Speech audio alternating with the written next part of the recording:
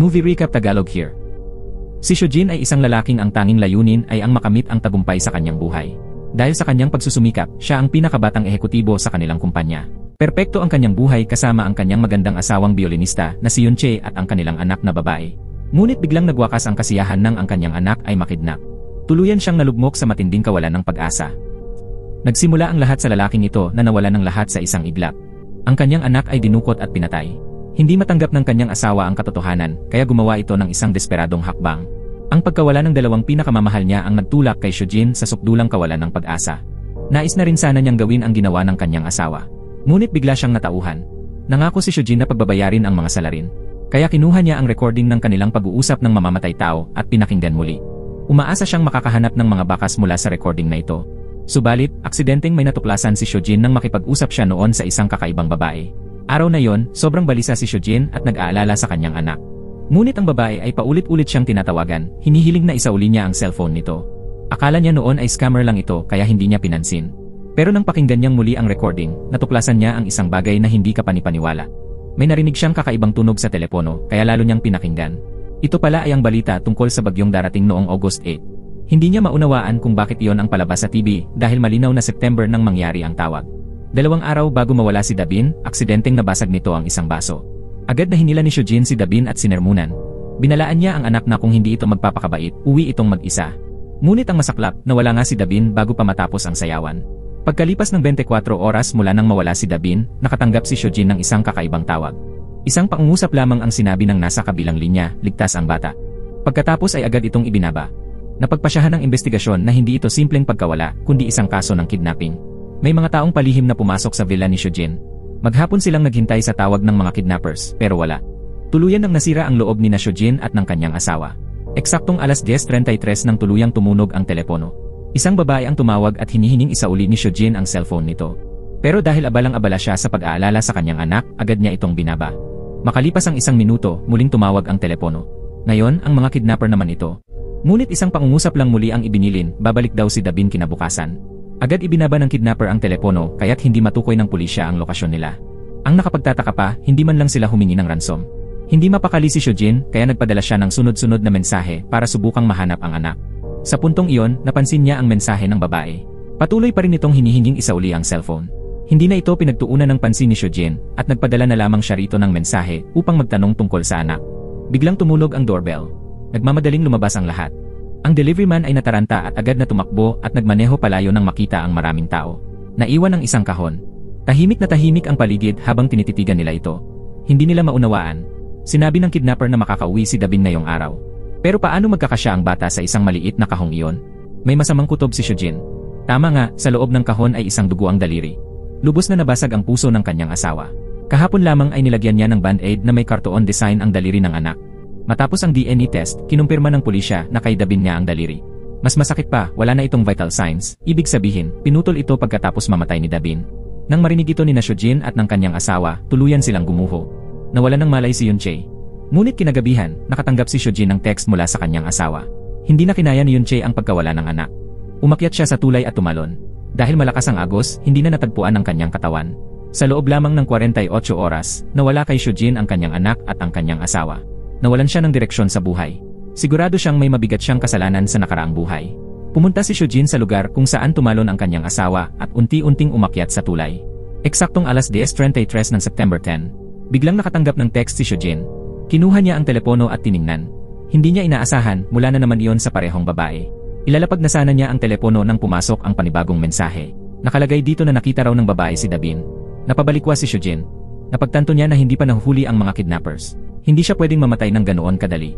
Kaya tinawagan ni Shojin ang babae. Nakipagkita siya rito kinabukasan para pag-usapan ang mga detalye. Sa sandaling iyon, may nangyaring kakaiba. Sa likuran niya, may dumaan na bus na may sakay na mga bilanggo na nasa death row. Ang babaeng nasa loob ng sasakyan ay siya ring kumakausap kay Shojin. Kinabukasan, nagkita ang dalawa ayon sa kanilang usapan. Ngunit nang mapagmasdan ng mabuti, tila iba ang kulay ng paligid. Ang mainit na kulay rosas ay espasyo ni Eri, habang ang malamig na kulay abo ay kay Shojin.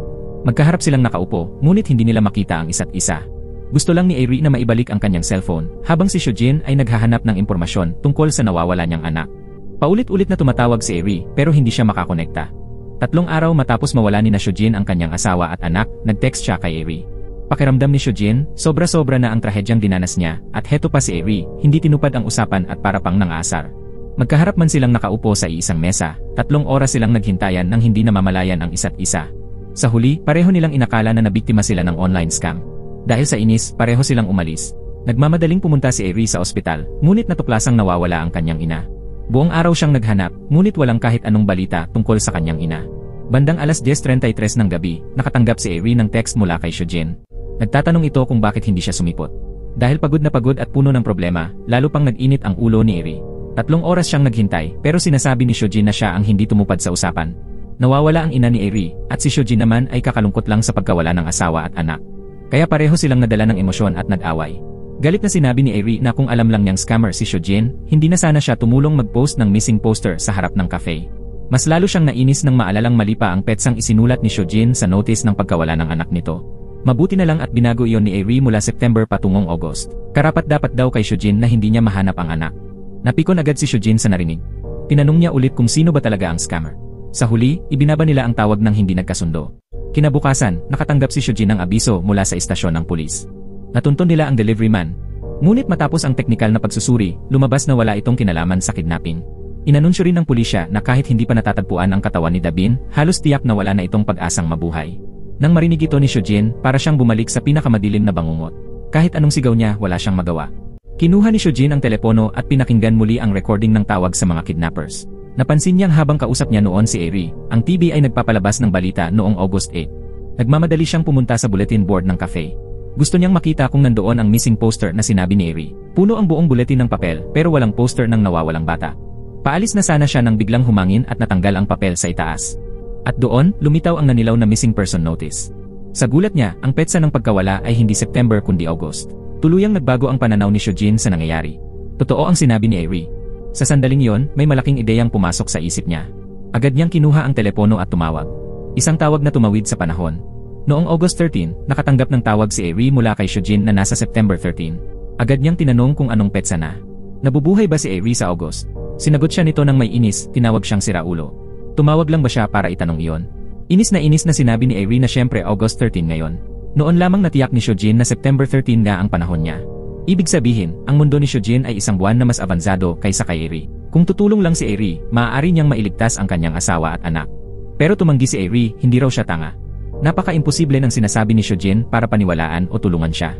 Ngunit ito lang ang pag-asang natitira ni Shojin. Kaya hindi siya sumuko at tumawag ulit kay Eri. Alam niyang napakahalaga ng oras. Pagdating ng ika-34 na minuto, tuluyang napuputol ang linya. Kahit ganoon, kailangan niyang makumbinsi si Eri. Kaya nag-isip siya ng kakaibang plano. Ipinadala ni Shojin kay Eri ang winning lottery numbers para sa August 15. May kaibigan si Eri na si Gunwook.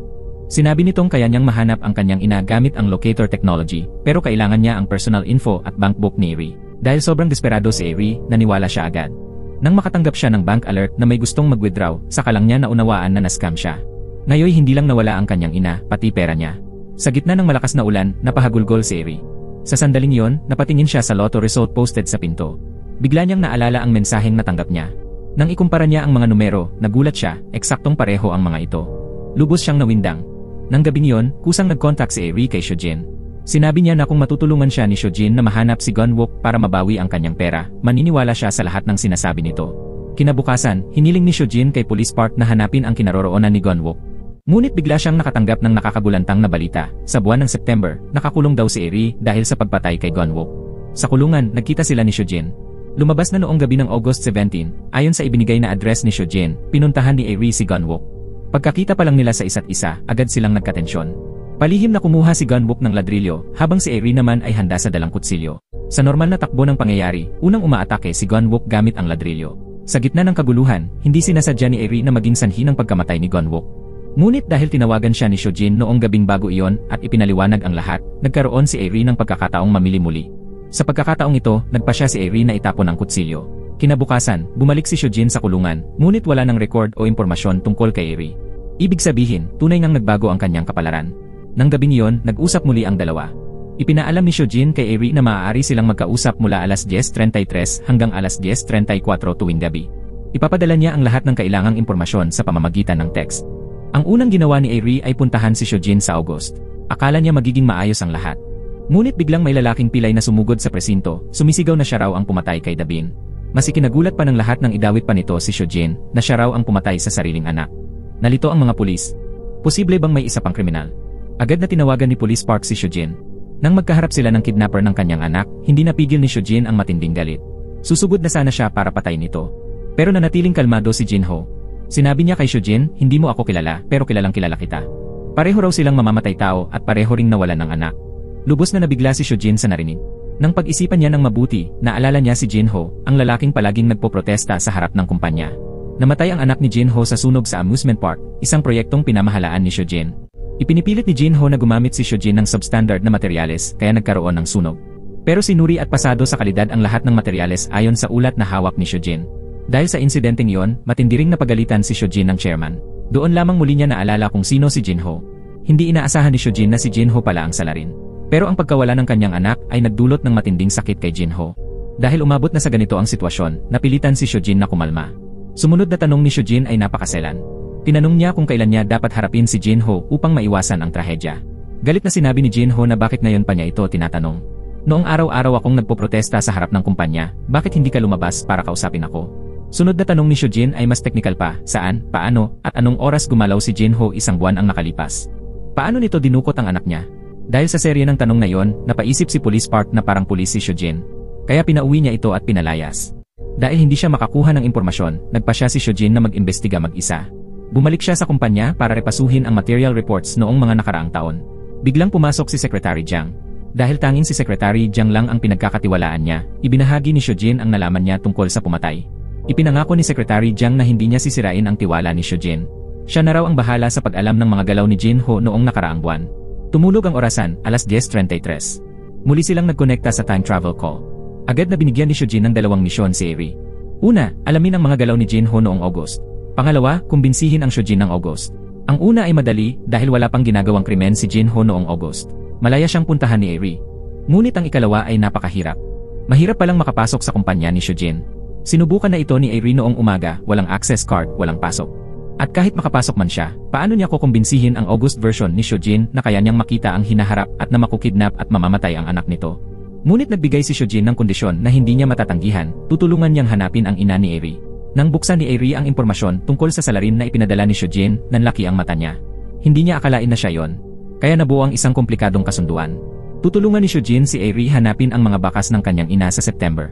At tungkulin naman ni Eri na kumbinsihin ang August Shojin upang maiwasan ang pagdukot sa anak nito. Nang malaman ni Gonwook na nahihirapan si Eri kung paano makakapasok sa gusali ng kumpanya ni Shojin, nagbigay siya ng ideya. Nagpagawa si Gonwook ng peking access card para kay Eri. Kinabukasan, matagumpay na nakapasok si Eri sa kumpanya at hinarap si Shojin sa panahong iyon. Buong seryosong sinabi niya na pagkalipas lang ng ilang linggo, hindi lang madudukot ang kanyang anak, papatayin pa ito, mismo sa lugar kung saan nagpe-perform ang kanyang asawa. Ang salarin ay si Jinho, ang lalaking laging nagpoprotesta sa ilalim ng gusaling ito. Mas nakakatakot pa dahil sa pagkawala ng anak nila, may nagawang malaking kahangalan si Mrs. ni Shojin. Sinabi rin ni Eri na ang dahilan kung bakit niya alam ang lahat ng ito ay dahil nakontak niya si Shojin sa buwan ng September. Gaya ng inaasahan, nang marinig ito ni Shojin, agad niyang sinabi na dapat siyang tumawag ng pulis o kaya naman ay ipadala si Eri sa mental hospital. At agad siyang pinalabas ng gwardiya. Bumalik ang oras sa September. Ang balita tungkol sa kaso ng pagdukot ay biglang kumalat at pinag-uusapan ng media saan man. Lahat ng artikulo ay nakatuon sa construction company na pinagtatrabahuhan ni Shojin. Para mabawasan ang pinsala sa imahe ng kumpanya, agad siyang sinuspinde ng presidente. Ngunit dahil sa balitang iyon, inilantad ni Jinho ang huling lugar kung saan nakita si Dabin. Dahil dito, buong araw kumilos ang buong puwersa ng pulisya. Nang gabi, nakahanap sila ng bakas, pero ang nahanap lang ay mga damit, laruan, at isang litrato ni Dabin. Samantala, sa August, bumalik si Eri sa ospital kung saan nagpapagamot ang kanyang ina. Nagbigay ang nurse ng isang napakahalagang impormasyon. Noong araw na nawala ang kanyang ina, may nakakita ng isang kahina-hinalang lalaking pumasok sa kwarto nito. Mabilis na tumakbo si Eri sa silid ng CCTV upang tingnan ang footage. Lumabas sa screen ang isang lalaking paika-ika. At nang titigan niya ng mabuti, si Jinho nga ito. Pagsapit ng alas 10:33 nang nag-connect ulit ang tawag. Sinabi ni Eri kay Shojin na naroon din si Jinho sa ospital noong araw na nawala ang kanyang ina. Kapag nahanap ni Shojin si Jinho, maaari siyang makakuha ng lead tungkol sa kanyang ina. Dahil wala pang nagawang krimen si Jinho noong August, sinabi ni Eri na pupunta siya sa bahay ni Jinho bukas para magtanong. Bumalik ang oras sa September. Nagpunta si Shojin sa presinto upang kunin ang mga gamit ng anak niya. Tinanong din niya kung ano ang mangyayari kay Jinho. Sagot ni Police Officer Park, baka matagalan pa. Dahil sangkot si Jinho sa isang kaso ng pagpatay at ang biktima ay si Eri. At ang oras ng krimen ay eksaktong isang buwan na ang nakalipas. Nanlumo si Shojin nang marinig iyon. Dahil kagabi lang ay sinabi ni Eri na bukas pupunta siya kay Jinho para alamin ang tungkol sa kanyang ina. Kung napatay si Eri, hindi na mababago ang kapalaran. Dali-daling tumakbo si Shojin papunta sa bahay ni Jinho. Ang police tape sa pinto ay lalo siyang kinabahan. Paulit-ulit niyang tinawagan si Eri pero hindi ito makontak. Sa oras na yon, naglalakad si Eri papunta sa mismong lugar ng krimen. Samantala, hawak ni Shojin ang mga alaala ng kanyang anak at nagbalik sa isip niya ang nakaraan. Mabait at maunawain si Dabin. Kahit puno ng makating pantal ang kanyang katawan, hindi siya nagreklamo. Pero ngayon, pinagalitan pa ni Shojin ang anak dahil hindi nito sinabing masama ang pakiramdam niya. Tinanong ni Dabin kung nag-aaway ba ang mga magulang niya dahil sa kanya. Napatingin si Shojin sa anak na pilit pinipigilan ang luha. Sinabi nito na ayaw niyang nag-aaway ang kanyang mga magulang dahil sa kanya. Tuwing nagtatalo ang mga magulang niya, naririnig iyon ni Dabin at niyayakap ang kanyang manika, iniisip kung siya ba ang may kasalanan. Lalong sumakit ang puso ni Shojin dahil napatay ang anak niyang napakabuti at hindi niya man lang naipaliwanag dito na hindi siya ang dahilan ng kanilang pag-aaway. Bigla niyang na-realize na hindi na siya maaaring manatili sa nakaraan. Dahil mamamatay si Eri ngayong gabi, at si Eri ang huling pag-asa ni Dabin. Gabi ng September 24, pinunit ni Shojin ang tape sa pinto ni Jinho at pumasok sa nagkalat na bahay. Nang makita niya ang mga bakas ng dugo sa dingding at ang chop marks ng crime scene, nakumpirma niyang tiyak na mamamatay si Eri ngayong gabi. Biglang may kumatok sa pinto. Si Eri noong August 24 ang kumakatok sa bahay ni Jinho. Nang makita niya ang peres ng leather shoes sa pintuan, sinubukan niyang sumilip. Hindi niya alam na may nakatagong misteryosong tao sa likod ng dingding. Dahil pakiramdam ni Jinho na malalantad siya, bigla niyang hinila si Eri papasok. Sa imahinasyon naman ni Shojin, nakita niya ang magiging kapalaran ni Eri. Dinampot ni Jinho ang martilyo. Nang akala ni Shojin ay mamamatay na si Eri, biglang may kakaibang nangyari. Unti-unting naglaho ang mga bakas ng dugo sa sahig. Nag-iba ang ayos ng kwarto. Maging ang kusina ay naging kakaiba. Ang martilyo na hawak ni Jinho ay bumalik sa dating pwesto. Ano ang nangyayari? Lumabas na sinagip ni Gunwook si Eri sa tamang oras. Hinabol sila ng misteryosong lalaki. Pagdating sa isang eskinita, pumulot si Gunwook ng paso at inihagis sa lalaki. Tumama ito sa mukha niya. Doon lamang nagpakita ang tunay na pagkatao nito, driver pala ito ni Shojin. Pero bakit saktong-sakto ang pagdating ni Gunwook? Dahil naiwan ni Eri ang kanyang telepono sa tindahan. Kaya balak sana ni Gunwook na ibalik ito. Eksaktong alas 10:33 nang tumunog ang cellphone ni Eri ng sunod-sunod. Mensahe yon mula kay Shojin. Nakasulat doon na mamamatay si Eri ngayong gabi sa bahay ni Jinho. Nataranta si Gunwook at dali-daling tumakbo papunta roon. At ang ceiling tape sa sahig, misteryosong naglaho rin. Dahil dito, nataranta si Shojin at hindi na niya maintindihan ang nangyayari. Para malaman kung patay na nga ba si Eri o hindi, dali-dali siyang bumalik sa kanyang sasakyan at tumawag kay Police Officer Park. Tinanong niya tungkol sa kasong nangyari noong August 24 sa Shinhan Ward tungkol sa kanyang ina. Ngunit nagbago na ang kaso noong araw na yon. Maging ang alaala ng lahat tungkol sa kaso ni Eri ay tuluyan ng naglaho. Natural na kinumpirma ni Officer Park na walang kasong kinasasangkutan ng isang biktimang nagngangalang Eri. Tinanong pa niya si Shojin kung hindi ba ito nagkakamali. Pero ang totoo, mayroon talagang kasong kinasasangkutan si Eri. Hindi lang ito nangyari noong ika-24, kundi noong ika-25. Nagbago rin ang lokasyon ng krimen. Lubos na naguluhan si Shojin at nais pang mag-usisa. Ngunit ayaw nang magbigay ng detalye ni Officer Park at agad siyang binaba. Mabilis na kinuha ni Shojin ang kanyang telepono upang tingnan ang impormasyon. At tama nga, may kasong natagpuan ang bangkay ng isang babae sa Roxham Ward. Agad niyang tinext si Eri na naantala ang kanyang oras ng kamatayan.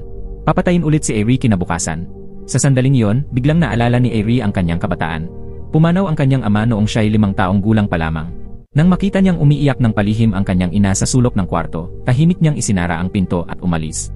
Sa tuwing namimiss niya ang kanyang ama, palihim niyang tinatawagan ang lumang numero nito. Matapos magkasakit sa puso ang kanyang ina, maging masaya man o malungkot, nag-iwan ito ng mensahe sa numerong iyon. Halimbawa, sinasabi nitong Papa, graduate na ako ngayon.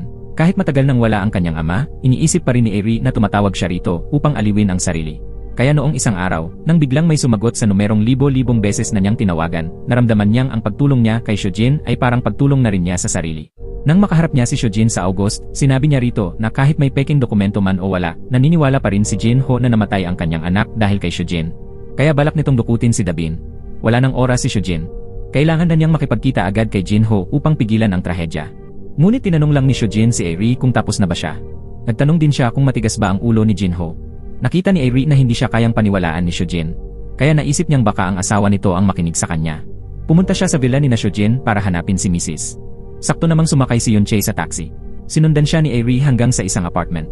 Nang tatawagan na sana niya ito, bigla siyang nakasaksi ng nakabugulat na eksena. May isang gwapong lalaking nagbukas ng pinto at masayang sinalubong si Yunchae. Nagyakap sila at magkasamang pumasok sa loob. Ang lalaking iyon ay si Secretary Jiang. Ngunit hindi lang sa asawa siya niloko, si Shojin ay ipinatawag pa ng pulis dahil pinaghihinalaan siyang peke ang inspection documents para sa construction materials. Dahil walang test report mula sa tamang ahensya, nanganganib siyang makasuhan at makulong. Mabuti na lang gumana ang payo ni Eri. Nabago ang katotohanan. Dahil nabahala si Shojin noong August na baka may problema ang dokumento, agad siyang bumalik sa kumpanya upang suriin ito. Natagpuan niya ang ilang butas. Kaya agad niyang inayos ang proseso ng inspeksyon. Ngunit hindi niya maalala kung saan naroon ang bagong certificate. Tinawagan niya si Secretary Jiang upang hanapin ito sa bahay. Ngunit malungkot na sinabi ni Secretary Jiang na hindi niya ito makita. Nang ibalik ng prosecutor's office ang cellphone kay Shojin, mabilis itong inagaw ni Secretary Jiang. Samantala, nasa pintuan na ng apartment si Eri. At bago pa man niya mapindot ang doorbell, tumunog ang orasan, 10:33. Nag-vibrate ang phone niya dahil sa text. Ito ang babalang ipinadala ni Shojin kagabi. Nakasaad doon na naantala muli ang kanyang kamatayan. Bukas, papatayin siya sa apartment 609. Napatingala si Eri. Ang unit na nasa harap niya ay 609. May text din si Shojin, huwag na huwag siyang papasok sa apartment 609. Dahil kung gagawin niya, mamamatay siya ngayong gabi. Kinabahan si Eri at agad tumawag kay Shojin. Ngunit nasa kamay pa rin ni Secretary Jiang ang telepono. Sinubukan ni Shojin na gawin ito. Walang hiya namang binaba ni Secretary Jiang ang tawag mismo sa harap niya. Sa loob ng apartment, napansin ni Secretary Jiang ang kalusko sa labas. Gustong sabihan ni Shojin si Eri na tumakbo. Kaya muling sinubukan niyang agawin ang telepono. Papunta na si Secretary Jiang sa bakal na pinto. Eksaktong 10:34, nakuha ni Shojin ang telepono. Ngunit hindi na makonekta ang tawag. Binuksan ni Secretary Jiang ang pinto ng buong lakas. Buti na lang, naunahan siya ni Eri at mabilis na nakapasok sa elevator. Sa wakas, kumilos si August Shojin. Hating gabi, hiniling niya sa ahensya na madaliin ang pagpapadala ng inspection certificate. Sa kabutihang palad, dumating ito kaagad. Muling nabago ang kasaysayan. Isang nakakagulat na eksena ang sumunod, lumitaw ang bagong certificate sa tumpukan ng mga files. Dahil dito, nalinis ang pangalan ni Shojin sa kaso ng pamimiki ng dokumento. Hanggang ngayon, ang alam lang ni September Shojin ay si Secretary Jiang ang nagpalsipika ng mga dokumento upang saktan siya. Ngunit hindi niya akalaing may relasyon pa si Yunche at Secretary Jiang. Sa oras na yon, dahil madilim at nakaalis ang salamin ni Secretary Jiang, ang alam lang ni Eri ay niloko ni Yunche si Shojin. Pero hindi pa niya alam na may mas malalim na problema tungkol kay Secretary Jiang. Pagsapit ng September, nagmamadaling pumunta si Shojin sa apartment sa Ruksam Ward. Walang tao sa loob. Agad na hinanap ni Shojin ang management at nagkunwaring nagasgas ang kanyang kotse ng isang residente mula sa apartment 609. Ginawa niya iyon upang makuha ang numero ng landlord. Nang ilagay ni Shojin ang numero sa kanyang telepono, nalaman niyang ito pala ay sa kanyang driver. Naging panakip-butas ang driver. Sa puntong ito, nakumpirma ni Shojin na ang taong gustong pumatay kay Eri ay ang kanyang driver. Ngunit hindi niya alam na ang tunay na mastermind ay si Secretary Jiang. Tuluyang nagtagumpay si Secretary Jiang. Balak pa niyang kunin ang lahat ng ari-arian ni Shojin at tumakas papunta sa ibang bansa. Pagsapit ng 10:33, nakatanggap si Shojin ng text mula kay Eri. May laman itong video na kuha ni Gunwook malapit sa bahay ni Yunche. Nang buksan ni Shojin ang video, nakita niyang ang taong nasa video ay ang driver din kaya sinabi niya kay Eri na ang taong tumugis at nagtangkang pumatay sa kanya ng 2 beses ay ang kanyang driver. Kinabukasan, gumawa ng plano si Shojin. Nagkunwari siyang ipapaayos ang kotse ng kumpanya. Inutusan niya ang driver na ihatid siya sa isang lugar. Pagdating doon, pinaalis niya ang driver at ikinabit ang isang tracking device sa ilalim ng kotse. Kinagabihan, nagsignal ang telepono na nasa highway ang kotse. Dahil sa pagdududa, sinundan ito ni Shojin. Nang makarating siya sa isang abandonadong bodega, biglang nawala ang signal. Walang pag-iingat na naglakad si Shojin papasok sa kadiliman. Pagdating niya sa isang abandonadong greenhouse, natakot siya ng husto at napaupo sa lupa. Nang itaas niya ang ulo, nakita niya ang isang nakabiting bangkay. Ito ay ang ina ni Eri. Sa sobrang takot, parang nahulog ang kalahati ng kanyang kaluluwa. Biglang tumunog ang kanyang telepono. Tinanong ni Eri kung paano niya nakuha ang impormasyon tungkol sa driver. Ngunit wala ng oras para ipaliwanag iyon. Agad niyang sinabi na sinundan niya ang driver at natuklasan ang bangkay. Nagulat din si Eri sa narinig. Sa ganitong panganib, hindi man lang tumakbo si Shojin.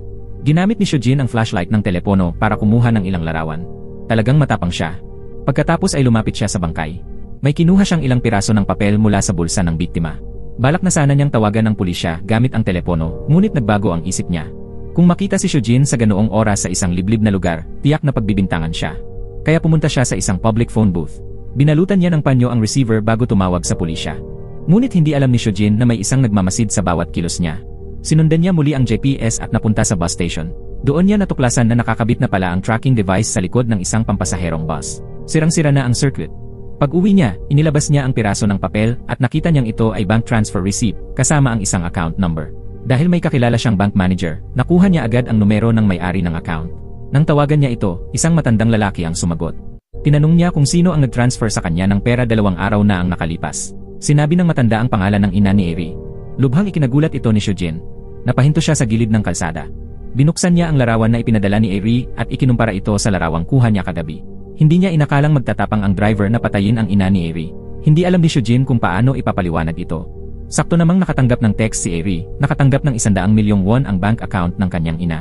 Hindi pa nakakita si Rin ng ganoong kalaking pera. Kaya nagmadali siyang pumunta sa bangko upang alamin kung sino ang nagpadala. Ngunit tumanggi ang bangko dahil hindi siya ang may-ari ng account. Sa kabutihang palad, may kaibigan si Gunwook na nagtatrabaho sa bangko. Nalaman nilang ang nag-transfer ay ang driver ni Shujin. Pagsapit ng alas 10:33, muling nag-connect ang tawag mula sa nakaraan. Tinanong ni Airi kung ayos ang kanyang ina. Hindi alam ni Shujin kung ano ang sasabihin. Hindi niya masabing patay na ang ina nito. Kaya sinabi niya na makinig mabuti si Airi. Sa ngayon, ang magagawa niya lamang ay hanapin ang kinaroroonan ng ina nito matapos ang September 14. Ngunit kailangan niyang mahanap ang kanyang ina bago mag-September 26. Dahil dito, nagsimula nang magduda si Airi. Bakit kailangan bago ang September 26? Ano ang mangyayari kung hindi? Tama ang hinala niya, pinatay ang kanyang ina. Masakit niyang isinulat ang lahat ng lugar na pinuntahan nito pagkatapos ng September 14. Ngunit mas malaki ang pagkabigla kinabukasan.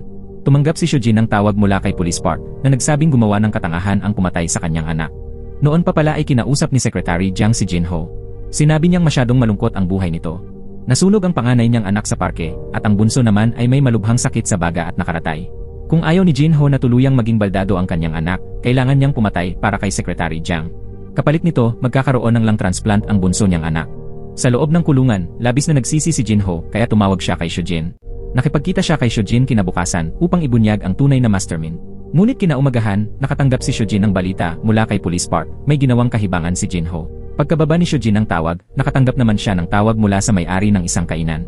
Nakita raw nito si Shujin ilang araw na ang nakalipas na naghahanap ng isang babae. Bigla raw naalala ng may-ari na dumaan ang babae sa tindahan noong araw ding iyon. Sinabi nitong sumakay daw ng bus ang babae papunta roon. Maaaring may mga pahiwatig sa pinanggalingan ng bus. Ayon sa may-ari, pumunta raw si Shujin sa isang motel malapit sa bus station. Doon nalaman ni Shujin na nanatili pala ang ina ni Airi sa room 305 ng isang buwan. Pagkapasok niya sa kwarto, nakatanggap siya ng tawag mula kay Police Park. Tinanong siya kung nasaan siya noong gabi ng September 26. Kinabahan agad si Shujin. Base sa malinaw na marka ng pagkakasakal sa liig ng ina ni Airi, natukoy ng forensics na hindi ito nagpakamatay. Mas nakagugulat pa, may natagpo ang kakaibang T-clip sa bibig ng biktima. Souvenir iyon mula sa construction company na pinagtatrabahuhan ni Shujin, nakaukit pa ang pangalan niya. Hindi rin niya maipaliwanag kung bakit lumabas ang signal ng telepono niya mismo sa lugar ng krimen. Labis na nagpanik si Shujin. Bigla niyang naalala na noong araw na iyon, nalaglag ang tie clip niya sa kotse ng driver. Inutusan siya ni Police Park na sumuko. Ngunit kung mahuhuli siya, hindi niya maliligtas ang kanyang anak. Nang palibutan ng pulis ang motel, naipit si Shujin. Napilitan siyang umakyat sa balcony sa ikatlong palapag at tumalon. Pero malala ang tinamo niyang pinsala sa binti. Sa huli, hindi rin siya nakatakas at nadakip din, ngunit may nangyaring kakaiba pagkatapos. Unti-unting naglaho ang mga tao. Lumabas na noong nakaraan, may naganap na nakagigimbal na pagguho ng gusali. Nang tumakbo si Shujin papasok ng banyo, nagsimulang mabitak ang dingding sa tabi nito. Umuga ng malakas ang buong gusali. Nagkagulo ang lahat, nagtakbuhan sa takot. Pero hindi na naiwasan ang trahedya. Sa isang kisap mata, dalawang gusali ang sabay na gumuho. Si Shujin lamang ang naiwan, nakulong sa loob ng banyo, nilamon ng kadiliman. Nagtiis siya ng gutom at uhaw sa loob ng 31 araw. Sa huli, nailigtas siya bilang kaisa-isang survivor. Ngayon, pareho na ang sitwasyon ni Airi sa naranasan ni Shujin 19 na taon ang nakalipas. Dumadaan siya sa pinakamadilim na yugto ng buhay niya. Ngunit matatapos rin ito. Pinunasan ni Airi ang kanyang luha at nag-text kay Shujin, kapag lumipas ang dilim, magkikita tayo ulit. Pagkatapos niyang ayusin ang kanyang kwarto, nag-text siya sa kaibigan na hahanapin niya ang kanyang ina. Agad nagtungo ang tatlo sa kainan na binanggit ni Shujin. At isang himala ang naganap, nakita nila ang ina ni Airi na papalapit sa kanila. Otomatikong nabago ang kasaysayan. Nawala ang lahat ng bakas ng pagkamatay ng ina ni Airi. Sigurado na ngayon si Shujin, si Airi ang nagligtas sa kanya. Upang kumpirmahin ligtas ang ina ni Airi, nagpunta si Shujin sa istasyon ng pulis. Sinabi ni Police Officer Park na wala siyang kilalang babae na tulad ng ina ni Airi. Napabuntong hininga si Shujin sa ginhawa. Sa pagbago ng kasaysayan, nagbago rin ang alaala ng driver. Ibig sabihin, hindi na diskubre ang GPS device na ikinabit ni Shujin sa kotse nito. Nang suriin niya ang GPS data, natuklasan niyang nasa ospital ang driver sa mismong araw na ginawa ni Jinho ang krimen. Hindi ito maaaring nagkataon lamang. Kaya dali-daling nagpunta si Shujin sa ospital. Base sa mga bakas sa lugar, tila doon tumalon si Jinho. Pero may mas malaking kababalaghan, may pinsala ang binti ni Jinho at nakaposas siya. Hindi niya kayang akyatin ang mataas na rehas ng mag-isa. Ayon sa ulat, tumalon daw siya ng alas 10 ng umaga, ngunit nasa ospital ang driver mula alas 9:34 hanggang alas 10:09 ng umaga. Ibig sabihin, ang driver ang pumatay kay Jinho.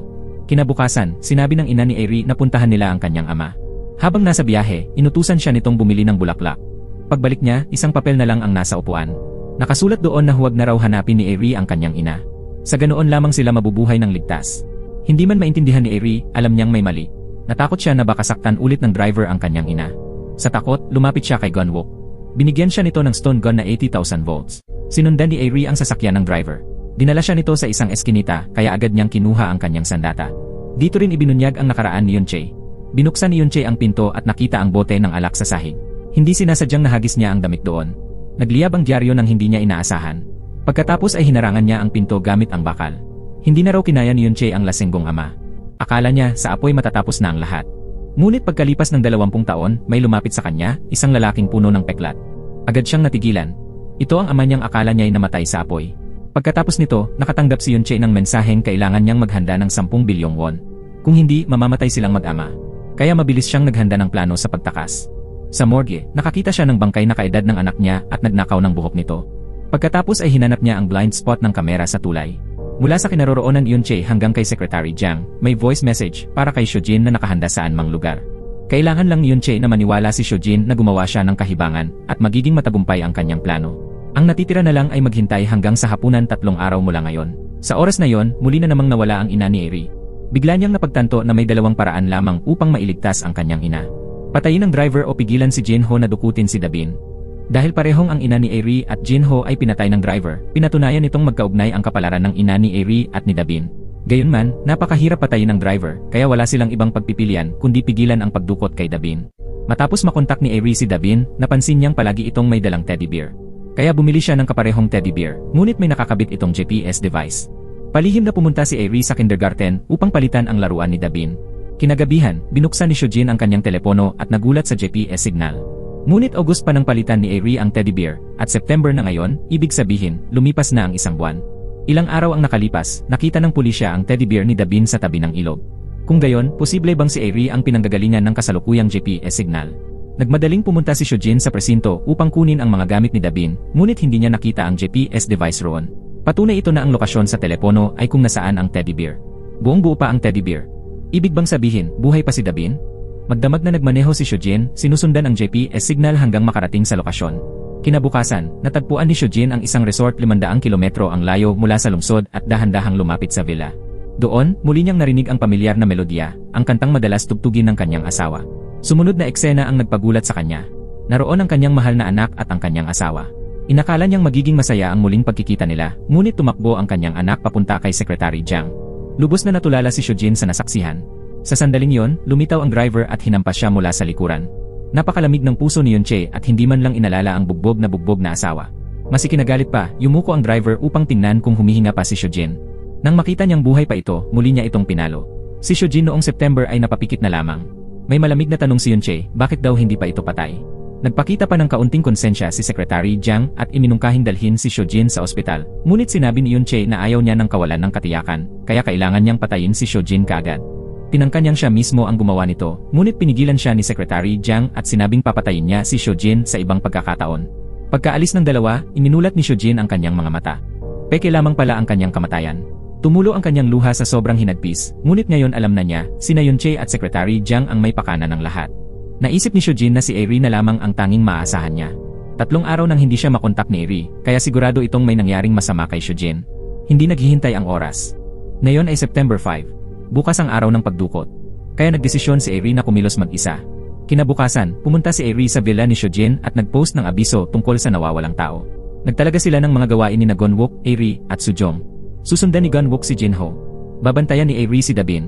Si Sujong naman ang magpapanggap bilang dispatcher. Alas 5 ng hapon nang sumakay ng taxi si Jinho. Sinundan siya ni Gunwook gamit ang motorsiklo. Muling naulit ang kasaysayan ng mabasag ni Dabin ang baso.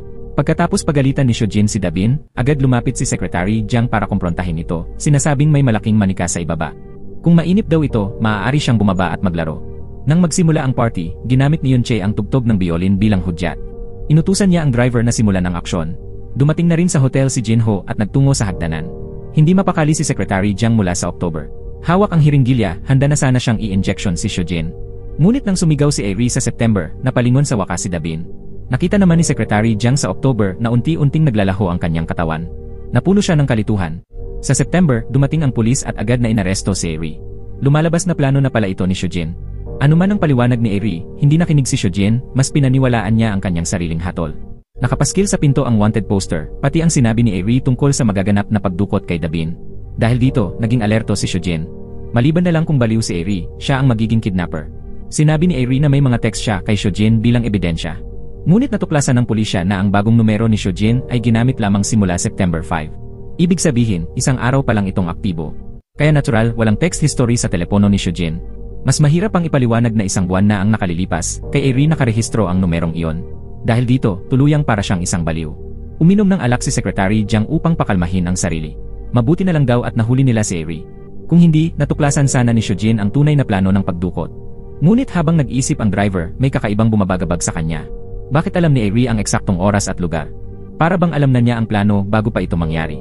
Kinabukasan, pumunta si Secretary Jiang sa isang koneksyon niya sa presinto. Nakuha niya ang history ng mga text message ni Eri. Nang makita ni Secretary Jiang ang laman ng mga mensahe, labis siyang nabigla. Ang nilalaman ay eksaktong pareho ng kanyang plano. Maging ang nabanggit na apartment number 609 na tirahan ni Secretary Jiang ay nasa mensahe rin. Biglang naalala ni Secretary Jiang na noong gabi ng August 24, nag-text ang driver na tila may nakaalam na sa lokasyon ng apartment. Nang suriin ni Secretary Jiang ang history, nagulat siya dahil tumugma ang lahat. Nabanggit pa sa mensahe na naglagay si Eri ng GPS device sa teddy bear ni Dabin. Nang ilagay ni Secretary Jiang ang account at password na nasa mensahe, matagumpay siyang nakalagin. Ang lokasyon ng GPS ay nasa bahay ni Shojin. Hindi ito pinaniwalaan ni Yunche noong una. Ngunit nang buksan niya ang teddy bear, natagpuan niya ang GPS device sa loob. Tuluyang napatigil si Yunche sa pagkagulat. Samantala, wala na ring magawa si Eri sa September timeline. Kahit anong paliwanag niya, hindi pa rin siya pinaniwalaan ni Shojin. Maging ang pulis ay naniniwalang may sakit sa pag-isip si Eri. Noong una, akala ni Eri ay sapat nang pigilan ang pagkidnap kay Dabin para mailigtas ang Shojin sa October timeline. Kailangan lang niyang makausap ito. Ngunit hindi niya ito matawagan kahit ano ang gawin niya. Kung masyadong maraming pagkakataon, tiyak na hindi ito simpleng tsamba. Kaya tumakbo si Secretary Jiang sa ospital para hanapin si Jinho. Ngunit ang balitang natanggap niya ay nakagugulantang. Sinabi ni Jinho na anak ni Eri si Songjia. Si Songjia ang taong hinahanap ng driver. Dito nagsimulang magduda si Secretary Jiang dahil ni minsan ay hindi nabanggit ng driver ang tungkol sa babaeng iyon. Hindi inakala ni Secretary Jiang na nagtago ng lihim ang driver. Mula rito, nagsimulang magkabitak ang samahan ng tatlo. Sa oras ng krisis, biglang lumitaw si Songjia. Pumunta si Songjia sa presidente ng construction company. Dahil sa pakiusap ni President Ju, napilitan si Shojin sa September timeline na bawiin ang kaso. Salamat doon, nakalaya si Eri. Pagkalabas pa lang niya sa gate, nakatanggap siya ng tawag mula kay Shojin sa October timeline. Nang siya'y inaresto, bigla itong nawala. Pero mayong malaya na siya, bigla naman itong tumawag. Dahil dito, sinabi ni Eri na hindi na niya ito kailanman pagkakatiwalaan. Ngunit bigla siyang nakarinig ng sigaw ng saklolo mula sa kabilang linya. Lumalabas na naaksidente si Shojin habang nagmamaneho sa October timeline. Dinala siya agad sa ospital. Samantala, sina Yunche at Dabin ay namatay agad sa lugar. Base sa mga marka ng gulong, natukoy na sadyang sinadya ang pagbangga. Nang makita ni Secretary Jiang si Yunche, isang malamig na bangkay na lamang siya. Hindi niya matanggap na ang babaeng pinoprotektahan niya ay wala na. Plano pa naman nilang tumakas sa ibang bansa pag natapos na si Shojin. Napakahirap tanggapin ang wakas na yon. At nagsimula ang lahat ng matuklasan ni Yunche ang lihim ni Shojin. Sa September timeline, nang makita ni Shojin ang damit ng asawa sa aparador, bigla siyang nakarinig ng mga kakaibang tunog at nakakita ng mga ilusyon. Muli niyang nasilayan ang binagong alaala ng nakaraan. Pero inakala niyang guni-guni lamang iyon at uminom ng pampakalma. Ngunit nasaksihan ito ni Yunche. Dahil sa kuryosidad, hinanap ni Yunche ang mga medical records ni Shojin sa silid-aralan. Natuklasan niyang mayroon itong matinding post-traumatic anxiety disorder. 19 na taon na ang nakalipas, katatapos lang ng entrance exam ni Shojin at sumama siya sa ama sa construction site. Doon naganap ang pagguho ng gusali. 71 tao ang namatay at napakarami ang nasaktan. Makalipas ang 20 araw, inakalang patay na si Shojin. Wala nang umasa na mabubuhay siya, ngunit matapos ang 31 araw na pagkakabaon sa guho, natagpuan siyang buhay. Ngunit muling naging malupit ang tadhana, 3 araw bago siya matagpuan, nagpakamatay ang kanyang ama sa sobrang dalamhati. Mula noon, nagkaroon ng matinding sakit sa ulo si Shojin. Makalipas ang 19 na taon, muling sinimulan ang proyekto, at si Shojin ang inatasang mga siwa. Sa groundbreaking press conference, hinarap siya ng lalaking may mga peklat sa mukha, at tinakot na kung hindi siya magbibigay ng pera sa loob ng 1 linggo, ibubunyag nito ang masasamang gawa ni Yunche. Dahil dito, napilitan si Yunche na ipagpatuloy ang planong patayin si Shojin. Ngunit sinabi ng Secretary Jiang na hindi na maaaring gawin ang dating plano ng pagkidnap kay Dabin. Dahil sa September timeline, nagkita na si Shojin at Jinho. Humingi si Shojin ng tawad at tinulungan pa niyang ipagamot ang sakit sa baga ng anak ni Jinho. Dahil dito, nagpa siya si Jinho na tumigil sa kanyang trabaho. Dito na-realize ni Yunche na mas mabuti nang siya mismo ang kumilos. Kaya nagsimula siyang magplano ng palihim nang hindi alam ni Secretary Jiang. Kaya nang pumasok si Secretary Jiang sa silid ng ospital sa October timeline, nakita niyang 3 araw nang walang malay si Shujin. Inakala niyang patay na si Yunche at nagalit kung bakit buhay pa si Shujin. Itinapat niya ang kamay sa oxygen valve, handa na siyang tapusin ang buhay ni Shujin. Ngunit gusto pa rin niyang malaman ang buong katotohanan, kaya niya ito binitiwan. Pagkatapos, kinuha ni Secretary Jiang ang cellphone ni Shujin. At eksaktong alas 10:33, biglang nagring ang telepono. Nag-uusap na si Secretary Jiang ng October timeline at si Secretary Jiang ng September timeline. Lumabas na eksaktong alas 10:33 na, konektado ang tawag na nagta-time travel. Bago pa makapagsalita si Airy, biglang lumitaw sa likuran niya si Secretary Jiang ng September timeline. Nang makita nitong hawak ni Airy ang telepono, kaagad niya itong tinanong kung ano ang relasyon niya kay Shujin. Nang hindi sumagot si Airy, agad niyang inagaw ang telepono. Pagkatapos ng tawag na yon, nagsimulang magkaroon ng mga guni-guni si Secretary Jiang sa October timeline. Nataranta siya at itinapon ang cellphone. Hindi siya makapaniwala na nakausap niya ang sarili niya sa nakaraan. Umuwi siya at sinuri ang mga mensahe ni Airy. Natuklasan niyang lahat ng ito ay ipinadala ng eksaktong alas 10:33. Noon niya na-realize na totoo ang lahat ng sinabi ni Airy. Kasama ng tawag na naganap, tuluyan nang nabuksan ang kanyang isipan. Nalaman ni Secretary Jiang ang sikreto ng time-traveling call. Naisip niya ang isang mapanganib na plano, gamitin si Airy ng September timeline upang iligtas si Yunche. Kinabukasan, nahanap ng pulis ang sasakyang nakabangga sa gilid ng syudad. Sa mga bagay na nakita sa lugar, kaagad nakilala ni Secretary Jiang ang lighter ng driver. Kaya agad niya itong pinuntahan. Pagkikita nila, agad binugbog ni Secretary Jiang ang driver. Nang mapagtanto ng driver na galit na ito, inamin niya ang buong plano ni Yunche. Lumabas na 5 araw na ang nakalipas mula nang lihim siyang makipagkita kay Yunche nang hindi alam ni Secretary Jiang. Pinagplanuhan ni Yunche ang pagbangga at pagpatay kay Shujin. Una, humanap siya ng blind spot sa intersection upang walang makasaksi. Pero bakit nga ba huminto si Shujin sa intersection? Alam pala ni Yunche na madalas uminom ng sedatives si Shujin at ang side effect nito ay antok.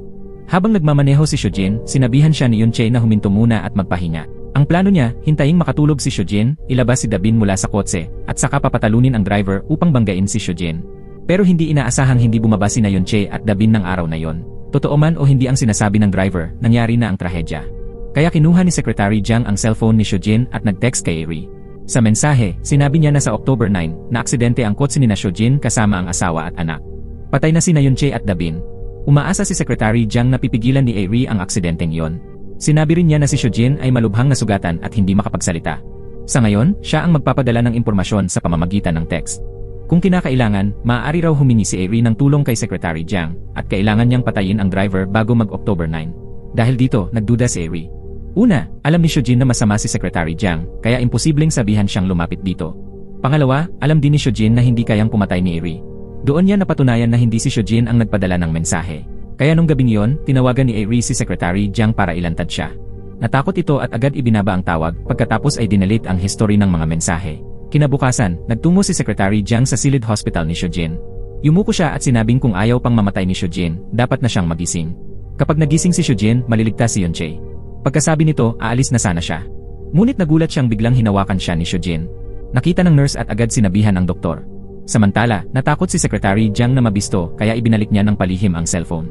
Kasabay nito, nadiskubre ng pulis na may sleeping pills sa katawan ni Shujin, ng asawa at anak niya. Kapareho ito ng sedative na iniinom ni Shujin. Mas lalo pang nakapagtataka, lumabas sa black box na bago bumangga ang kotse, hindi siya nagpreno, sa halip, tinapakan niya ang silinyador. Dahil dito, pinaghinalaan ng pulis na sinadya ni Shujin ang aksidente. Ang katawa-tawang hinalang ito ay nagpalit kay Shujin mula biktima tungo sa salarin. Nilagyan siya ng mga bantay 24 oras. Dahil sa restriksyon, nagising man si Shujin, napilitan siyang magkunwaring walang malay pa rin. Ngunit isang nurse ang palihim na nag-abot sa kanya ng papel at pinaalis ang mga bantay. Kaya dahan-dahang gumapang si Shujin papunta sa parking lot. Lahat pala ito ay plano ni Secretary Jiang. Sa ganitong paraan, matagumpay na nakatakas si Shujin. Pagbalik niya sa apartment, bigla siyang nawala ng alaala. Hindi niya naalala ang kahit ano tungkol sa time-traveling call. Ngunit si Secretary Jiang ay nag-aalala dahil hindi sumusunod sa kanya si Airy ng September timeline. Tanging si Shujin lang ang makakapagpaniwala kay Airy upang pigilan ang aksidente. Kaya sinabi ni Secretary Jiang kay Shujin ang lahat ng impormasyon. Kahit nagdududa pa rin si Shujin, tinawagan niya si Airy upang sabihin na maaksidente siya at ang may sala ay ang driver. Kailangan ni Airy na pigilan ang aksidente bago mag-October 9. Kinabukasan, pinapunta ni Secretary Jiang ang driver sa labas. Sinuntok siya ni Shujin. Pagkatapos, hinawakan niya ang leg ng driver at itinaas ito. Noon na-realize ng driver na gusto na talaga siyang patayin ni Shujin. Kaya umamin siyang lahat ay utos ni Chairman Ju. Sa wakas, lumitaw ang tunay na kalaban. Lumabas na aksidenteng nadiskubre ni Yunche na hinahanap ni Chairman Ju ang ina ni Airy. At nalaman din niyang iniutos ni Chairman Ju na magpadala ang driver ng 100 milyong won. Kaya nakumpirma ni Yunche na alam ng ina ni Airy ang kahinaan ni Chairman Ju. Nagkunwari si Yunche na may ebidensya siya para blackmailin ito. Ngunit hindi inaasahan, malupit na inutusan ni Chairman Ju ang driver na ayusin si Yunche. Sinunod ng driver ang plano ni Yunche para saktan si Shojin. Binangga niya ang kotse bago pa makababa sina Yunche at Dabin. Pagkatapos, tinurukan niya ang tatlo ng pampamanhid. Tinanong ni Shojin ang driver kung anong sikreto ang hawak ng ina ni Airy. Ang tanging alam ng driver ay isa itong audio recording. Nang malaman ni Shojin ang totoo, tuluyan nang nagbago ang trato niya kay Secretary Jiang. Lumabas na 3 araw nang bumalik ang alaala ni Shojin. Nagkukunwari lamang siyang may amnesia para makakuha ng impormasyon kay Secretary Jiang. At sa ganoong paraan niya mahahanap ang driver. Sa September, biglang nakatanggap si Airy ng balitang nawalan ng malay ang kanyang ina at naospital. Agad siyang pumunta roon. Ngunit nang i-print niya ang medical records ng ina, natuklasan niyang kinuha iyon kahapon. Dali-dali siyang pumunta sa monitoring room upang tingnan ang CCTV at nakita niyang ang driver ang kumuha ng records. Mas nakakagulat pa, nang tingnan niya ang kinaroroonan ng driver, lumabas sa video si Chairman Ju. Biglang bumalik sa alaala ni Airy ang nakaraan. Hindi kailanman binanggit ng kanyang ina ang totoong dahilan ng pagkamatay ng kanyang ama. Bawal na bawal din siyang makipag-ugnayan sa kahit sino mula sa Juchong Construction Company. Ngayon lang lubos na naunawaan ni Airy ang lahat. Ang taong iniiwasan ng ina niya ay si Chairman Ju. Sa October, hindi kailanman pumunta si Shojin sa bahay ni Airy para hanapin ang recording file. Pero laking gulat niya nang ilabas ng pulis ang isang bangkay, at iyon ay si Airy. Sinabi na noon ni Airy sa kanyang ina na mamamatay siya sa susunod na buwan, ngunit hindi ito pinaniwalaan. Isang buwan ang lumipas, ngunit nasaksihan niya ng kanyang ina ang bangkay niya. Eksaktong alas 10:33, kumonekta muli ang time-traveling call. Inabisuhan ni Shojin si Airy na papatayin siya sa October 20. Matinding pagkalito ang naramdaman ni Airy. Ilang beses na siyang nakaligtas sa kamatayan.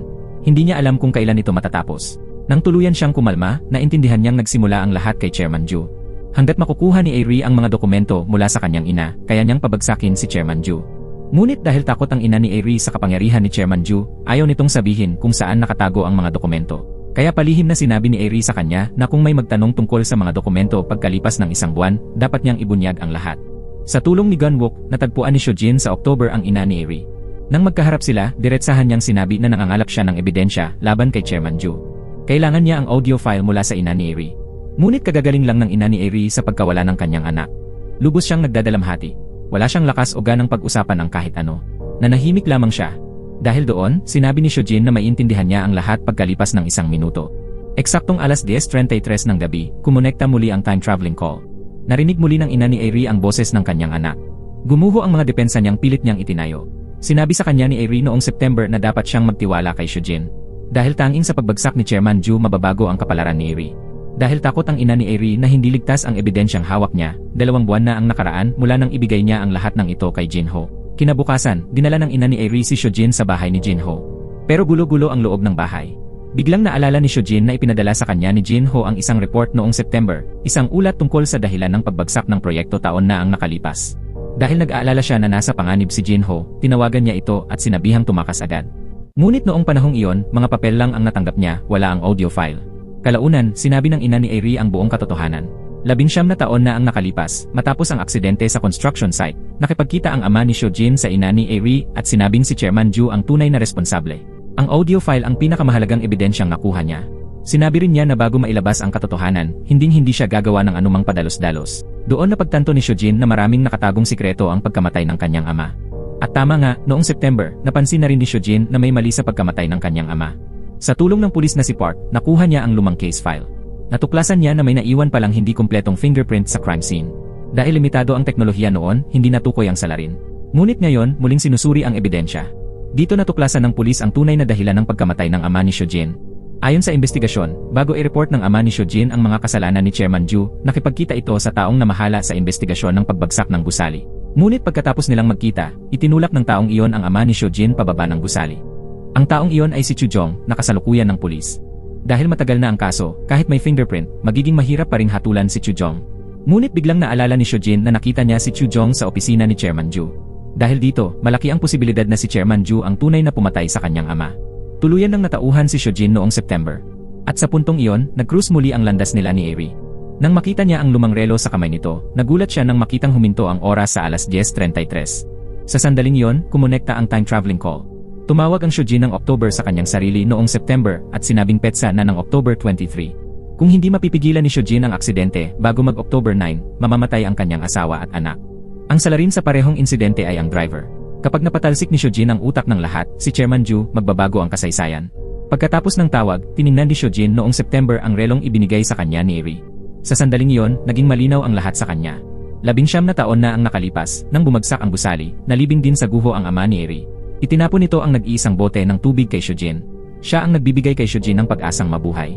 Huminto ang mga kamay ng relo sa oras na pumanaw ang ama ni Eri, ang tadhana ng alas 10:33. At ang relong iyon ang nag-ugnay kina Eri at Shojin. Pagkatapos noon, gumawa ng plano sina Shojin at Eri. Nakahanap sila ng kwartong may CCTV. Nagkunwari si Eri na hawak niya ang mga dokumento ng ina niya upang akitin ang driver na makipag-usap. Si Gonwook ang magbabantay sa labas. Si Shojin naman ay mananatili sa himpilan ng pulis. Kapag nakalap na nila ang 10 ebidensya ng mga krimen ng driver, makikipagtulungan sila sa pulis para arestuhin ito. Ngunit kulang pa rin sila sa karanasan. Hindi kailanman kumikilos ang driver ayon sa inaasahan nila. Nagdala siya ng mga tauhan para dukutin si Eri. Dinala niya ito sa isang tagong lugar. Nang humarap si Eri kay President Ju, agad nitong nabistong may binabalak siya, sa ilang palitan lang ng salita. Nang malaman ni President Ju na wala talagang dokumento si Eri, inutusan niya ang driver na ayusin ito. Nang makita yon, sumugod agad si Gonwook para pigilan sila. Ngunit ilang ulos lang, nawala na siya ng malay. Mabilis na itinali ng driver si Eri at agad na tumakas. Pagdating ni Shojin at ng pulis sa lugar, nayalis na nila si Eri. Samantala, biglang nakatanggap ang ina ni Eri ng tawag mula kay Jinho. Para sa kaligtasan, sinabi niyang dalhin niya ang mga dokumento sa hotel mamayang gabi. Pagkatapos, agad niyang sinabihan si Shojin na kunin iyon. Pero masyadong tuso si Secretary Jiang. Para mahanap si Shojin, sinundan niya ang kaibigan ni Eri, si Sujong. Sa ganitong paraan niya natuklasang ang tirahan ng ina ni Eri. At nang dumating si Shojin, nakita siya agad ni Secretary Jiang. Habang paakyat si Shojin, agad itong tumawag sa pulis. Sa sandaling iyon, biglang bumukas ang pinto ng kwarto ng ina ni Eri sa ospital. Paglingon niya, isang lalaking nakaitim ang sumugod at inatake siya. Mabilis na tumakbo si Shojin, ngunit pagdating niya, wala ng tao sa loob.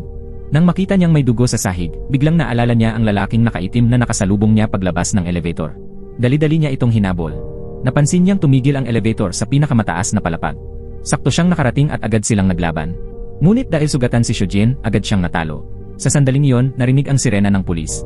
Dahil dito, napilitan ang lalaking nakaitim na tumakas. Pagdating ng mga pulis sa rooftop, kahit na iligtas ni Shojin ang ina ni Eri, inaresto naman siya dahil pinaghihinalaan siyang may kinalaman sa pagpatay. Bumalik ang oras sa September at ginamit ng pulis ang CCTV upang masundan ang kotseng minamaneho ng driver papunta sa intersection ng highway. Ngunit bigla itong nawala sa gitna ng daan, marahil ay pumasok sa kalsadang walang CCTV. Bigla namang naalala ni Shojin ang sinabi ni Eri na sa October 9, magaganap ang aksidente sa isang intersection na walang kamera. Patunay iyon na planado na ng driver ang lugar. Kaya agad na hinanap ni Shojin ang address sa kanyang telepono. Samantala, binuhat ng driver si Eri palabas ng kotse. Tinurukan niya ito ng pampamanhid at binalak na palabasing aksidente ang pagpatay. Ngunit dumating ng mas maaga si Shojin. Nang makita siya ng driver, mabilis itong tumakas. Hinabol ito ng mga pulis at sa wakas ay naabutan sa isang intersection. At doon, biglang may nangyaring kakaiba. Pagdakip sa driver, nagbago ang takbo ng lahat. Muling naisulat ang kasaysayan. Pagbukas ni Shojin noong October ng pinto, nakita niya si Dabin. Bumalik ang lahat sa simula. Masayang tumakbo si Shojin papunta sa bahay ni Eri. Ngunit walang sumasagot sa tawag niya. Tinawagan niya agad si Gonwook. Naibalitang nasa ospital pa rin ang ina ni Eri at si Eri ay napatay pa rin. Walang nagbago tungkol sa kanya. Doon lang naunawaan ni Shojin, hindi ang driver ang pumatay kay Eri.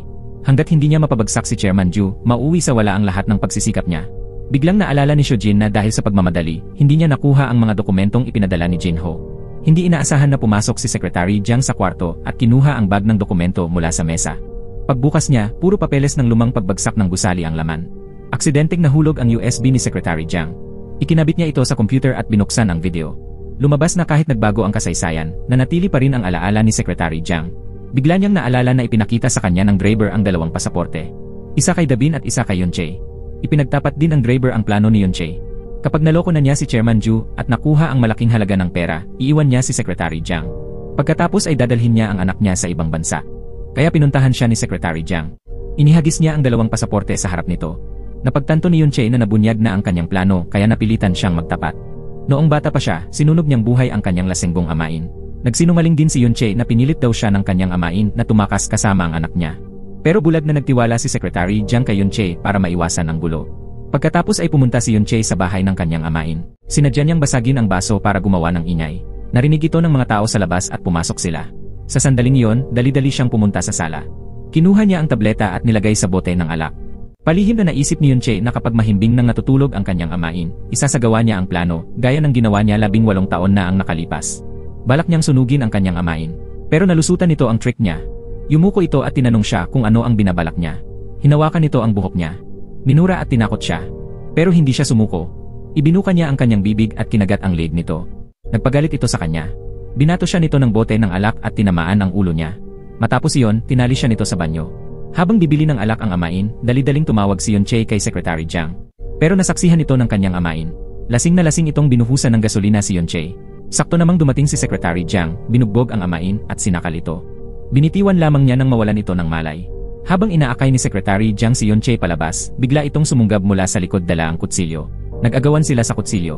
Natakot si Yunche at tumakbo palayo. Nagpatuloy ang sagupaan ni na Secretary Jiang at ng amain ni Yunche at sa huli, kapwa sila namatay. Noong September, biglang nakatanggap ng tawag si ina ni Ari mula kay Jinho. Doon niya nalaman na napakahalaga ng dokumentong ito para sa anak niya. Kaya sinabi niya kay Jinho na ibigay yon kay Ari. Agad na pinatawag ni Jinho si Ari sa kanyang bahay upang kunin ang dokumento. Ngunit hindi inaasahan, nang gabing iyon, may misteryosong taong pumasok sa bahay ni Jinho. Pagdating ni Ari, nakahandusay si Jinho sa sahig at hindi gumagalaw. Nangyari pala ito habang pinapatulog ni Jinho ang anak niya. Paulit-ulit na nagtatanong ang bata kung kailan siya gagaling. Niloko lamang siya ni Jinho hanggang sa makatulog ito. Pagkahiga ng bata, may biglang kumatok sa pinto. Paglabas ni Jinho upang tingnan, inatake siya ng lalaking nakaitim. Sa kabutihang palad, malapit si Ari kaya na-text niya si Jinho na parating na siya. Nang makita ng taong nakaitim ang mensahe, tumigil ito at mabilis na tumakas. Dahil doon, naligtas si Jinho. Pero malubha pa rin ang pinsala at nakoma siya. Ang pag-atake kay Jinho ang nagbago sa kasaysayan ng October. Dahil nasa ospital si Jinho, hindi niya naibigay ang dokumento sa ina ni Ari. Lahat ng proseso at ebidensya kaugnay sa dokumento ay nabura. Pagsapit ng alas 10:33, nag-connect ang time-traveling call. Ipinabatid ni Shujin kay Ari na patay na si Secretary Jiang. Sinabi rin niya na inatake si Jinho. Nakatanggap naman si Ari ng impormasyon tungkol sa pumatay sa ama ni Shujin. Nang tingnan niya ng mabuti ang imahe, napagtanto niyang ito ang lalaking nakaitim na nakita niya malapit sa bahay ni Jinho. Noon lang niya naunawaan na tauhan iyon ni Chairman Ju. Kahit ano pang gawin ni na Shujin at Ari, kung hindi nila mapapatalsik si Chairman Ju, mawawala ng saysay ang lahat. Sa kabutihang palad, sinabi ng anak ni Jinho kay Ari na nasaksihan niya ang ginawa ng mamamatay. Dahil sa saksi, nahuli ng pulis si Jujong. Pero dahil protektado siya ni Chairman Ju, hindi siya natakot. Ngunit hindi inaasahan, kinilala ng anak ni Jinho si Jujong bilang mamamatay. Sa huli, napatunayan ang kanyang krimen. Pero pareho lang ang driver at si Jujong, mga piyesa lamang sila sa kamay ni Chairman Ju. Kung mahuli man ang isa, may kapalit agad. Tanging ang pagpapatalsik kay Chairman Ju ang makapagtatapos sa lahat ng problema. Ipinabatid ni Ari kay Shujin noong September na mamamatay si Secretary Jiang pagkaraan ng isang buwan dahil nabago ang kasaysayan ng pagkidnap kay Dabin. Ibig sabihin, para kay Shujin noong September, hindi kailanman naganap ang kidnapping. Hindi rin niya alam noon na may problema sina Secretary Jiang at Yunche. Gayunpaman, ang epekto ng pagbabago ng kasaysayan ay kapag dumating ang oras na dapat mangyari ang isang pangyayari, kusang lilitaw ang alaala. Noong October 3, biglang nagkaroon si Shujin ng alaala kung saan magkasama sina Secretary Jiang at Yunche sa resort. Nang gabing iyon, tumawag si Yunche upang sabihing aalis siya. Noong October 9, biglang naalala ni Shujin ang tawag ng sarili niyang hinaharap. Noong October 9, maaksidente ang buong pamilya ni Shujin. Kaya mariin niyang tinanggihan ang plano ni Yunche. Kinabukasan, hinanap niya si Ari at tinanong tungkol sa dahilan ng pagkamatay ni Secretary Jiang. Wala nang nagawa si Ari kundi sabihin na may amain si Yunche at namatay si Secretary Jiang kasama nito. Kinabukasan, nakipagkita si Shujin kay Secretary Jiang. Para mailayo siya kay Yunche, sinabi ni Shujin ang buong katotohanan. Nagbanta rin si Shujin na kung hindi agad lalayo si Secretary Jiang, papatayin siya ng amain ni Yunche. Habang nagmamaneho si Secretary Jiang, biglang sumulpot sa isip niya ang masasakit na alaala. Matingkad at malinaw na parabang kagabi lang nangyari. Lumabas na ngayon ay October 9, ang araw ng aksidente ng pamilya ni Shujin. Biglang naalala ni Secretary Jiang ang lahat. Nagmamadali siyang tumakbo papunta sa driver. Gusto niyang malaman kung ano ang itinago sa kanya ni Yunche. Ayon sa clue ng driver, natagpuan ni Secretary Jiang ang 2 pasaporte sa sasakyan at nakumpirmang matagal ng balak siyang ipagkanulo ni Yunche. Kasabay nito, dahil naiwan sa bahay ang mga laruan ng anak ni Jinho, pumunta si Ari sa bahay ni Jinho upang hanapin ang mga yon. Doon, aksidente niyang natuklasan ang isang resibo ng pagpapainat ng gamit. Naisip ni Ari na malamang na ebidensya ang mga bagay na iniwan. Sinundan niya ang address sa resibo papunta sa storage counter. Mayroong isang USB sa iniwang gamit, ngunit sinabi ng staff na kinuha ito ni Jinho noong September 25, 2 araw bago siya inatake. Pagsapit ng alas 10:33 noong November 14, sinabi ni Ari kay Shujin na tanging sa paggising ni Jinho mahahanap ang tunay na ebidensya. Pinadalhan ni Ari si Shujin ng larawan ng dokumento at USB. Dahil malapit na ang kamatayan ni Ari, kung hindi sila kikilos agad, hindi mababago ang kanyang kapalaran. Nagpasya si Shujin na gawin ang isang desperadong plano. Sabay na kumilos ang Shujin ng October 15 at ng November 15. Pumunta sila kay Chairman Ju ng alas 3:30 ng hapon. Sinabi ni Shojin mula October na alam niyang hindi gumawa ng kalokohan ang kanyang ama, pinatay ito ni Chairman Ju. Ipinahayag naman ni Shojin mula November na nasa kanya ang hinahanap ni Chairman Ju. Ang pagguho ng gusali 19 na taon na ang nakalipas ay hindi aksidente, isa itong sabuatan. Si Chairman Ju mismo ang naglagay ng mga pampasabog upang pabagsakin ang gusali. Ngunit hindi naniwala si Chairman Ju na may hawak na ebidensya si Shojin kaya pinaalis niya ito. Sa sandaling iyon, nakatanggap ng tawag si Shojin ng October mula kay Eri. Nagkunwari si Eri na natagpuan niya ang ebidensya. Sadya itong pinadinig ni Shojin kay Chairman Ju. Nagduda agad si Chairman Ju na nasa kamay ni Shojin ang ebidensya. Bigla niya itong tinanong kung ano ang gusto niya. Ipinakita ni Shojin ang isang larawan at nakipagkita ng palihim kay Chairman Ju kinagabihan upang pag-usapan ito. Pagsapit ng alas 10:33 ng gabi, sa isang abandonadong gusali, nagharap silang dalawa. Sinabi ni Shojin na inuulit lamang ni Chairman Ju ang ginawa ng sarili nitong ama. Bilang biktima ng pagbagsak ng gusali, tinanong niya si Chairman Ju kung sinadya ba nitong magtanim ng pampasabog upang sirain ang Building 4. Walang pag-aatubiling umamin si Chairman Ju. Peke rin niyang inayos ang mga dokumento upang isisi sa ibang kumpanya bago niya ito sinakop. Naniniwala si Chairman Ju na ang malakas ang dapat manalo. Pinilit niyang ibigay ni Shojin ang mga dokumento. Ngunit hindi inaasahan, inilabas ni Shojin ang voice recorder at sinabing wala siyang anumang ebidensya. Ang voice recording mismo ang ebidensyang magpapakulong kay Chairman Ju. Agad siyang itinulak pababa sa gusali. Natapos ang pag-uusap nila eksaktong alas 10:33. Na-record ni Eri ang buong insidente sa kanyang telepono. Nakagugulat talaga ang kapusukan ni Shojin. Binuksan ng Shojin ng October ang voice recording para suriing mabuti. Balak niya itong dalhin sa pulis bilang ebidensya laban kay Chairman Ju. Pero hindi pa nangyayari ang insidente. Kaya hindi yon paniniwalaan ng pulis. Napilitan sina Eri at Shojin na gumawa ng bagong plano. Kahit alam na ni Secretary Jiang na ipinagkanulo siya ni Yunche, pinuntahan niya pa rin ang bahay ng amain. Naglaban sila hanggang parehong nasa bingit ng kamatayan. Pinuntahan naman ni Shojin ang ina ni Eri noong October. Pumayag itong tumulong maghanap ng ebidensya. Noon ding oras na yon, nakatanggap si Shojin ng balita mula kay Police Park na nakapagpiyansa ang driver kahapon. Dahil dito, napilitan silang bilisan ang plano. Muli siyang pumunta kay Chairman Ju at sinabing nasa kanya ang mga dokumento. Pero laking gulat niya nang ipakita ni Chairman Ju ang larawan ng mismo ring dokumento mula sa USB. Lumalabas na matapos makalaya ang driver, hinanap niya si Eri. Nalaman niyang nasa ligtas na taguan pa rin ang gamit ni Jinho. Pati si Jinho ay tinangka niyang takutin sa ospital. Noon biglang tumawag ang ina ni Eri. Sinabi nito na nasa kanya ang iniingatang bagay. Kung gusto iyon ni Chairman Ju, kailangan niyang makinig. Kaya pumayag si Chairman Ju na makipagkita kay Shojin ng pribado. Nagharap silang muli sa parehong lugar. Diretsong sinabi ni Shojin na wala sa kanya ang mga dokumento. Nagalit si Chairman Ju at tinangkang patayin si Shojin. Biglang dumating ang pulis at inaresto si Chairman Ju. Nang makita ng driver ang sitwasyon, mabilis itong tumakas. Nang mabalitaan ni Eri na nagising na si Jinho, agad siyang pumunta sa ospital. Habang ibubunyag na sana ni Jinho ang lokasyon ng dokumento, sinaksak siya ng driver. Sa paglilitis kay Chairman Ju, isinumite ni Shojin ang inihandang recording sa pulis. Ngunit itinanggi ito ni Chairman Ju at sinabing hindi iyon ang kanyang mga salita. Nadiskubre rin ng abogado na ang recording ay noong October 15, kaya ibinigay niya ang alibay ni Chairman Ju para sa araw na yon. Dahil dito, napunta sa alanganin ang korte. Sa pinakamahalagang sandali, dumating ang testigong ipinatawag ng prosekusyon.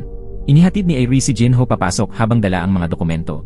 Lumalabas na ginamit niya ang stun gun upang mapahina ang driver at agad itong inaresto ng pulis. Dahil doon, nagawa ni Jinho na buong kumpiyansang ibunyag ang lokasyon ng pinagtataguan ng mga dokumento. Sa wakas, nailabas ang video evidence na 19 na taon nang nakatago. Napatunayang noong gabing bago bumagsak ang gusali, palihim na nagpadala si Chairman Ju ng truck na may kargang pampasabog. Sinadya niyang ipabagsak ang gusali upang isisi sa construction company. Pagkatapos ng aksidente, binili ni Chairman Ju ang mga shares ng kumpanya sa murang halaga. Nag-alay siya ng 68 buhay para lamang matupad ang kanyang ambisyon. Matapos ang insidente, napansin ng ama ni Shojin ang mga kahina-hinalang pangyayari kaya kinausap niya si Chairman Ju at palihim na nag-record ng video bilang ebidensya. Sa huli, hinatulan si Chairman Ju ng habang buhay na pagkakabilanggo. Pagkatapos ng paglilitis, nagbalik ang ulirat ni Jinho. Inamin niyang kinidnap nila si Dabin kasama sina Yunche at Secretary Jiang.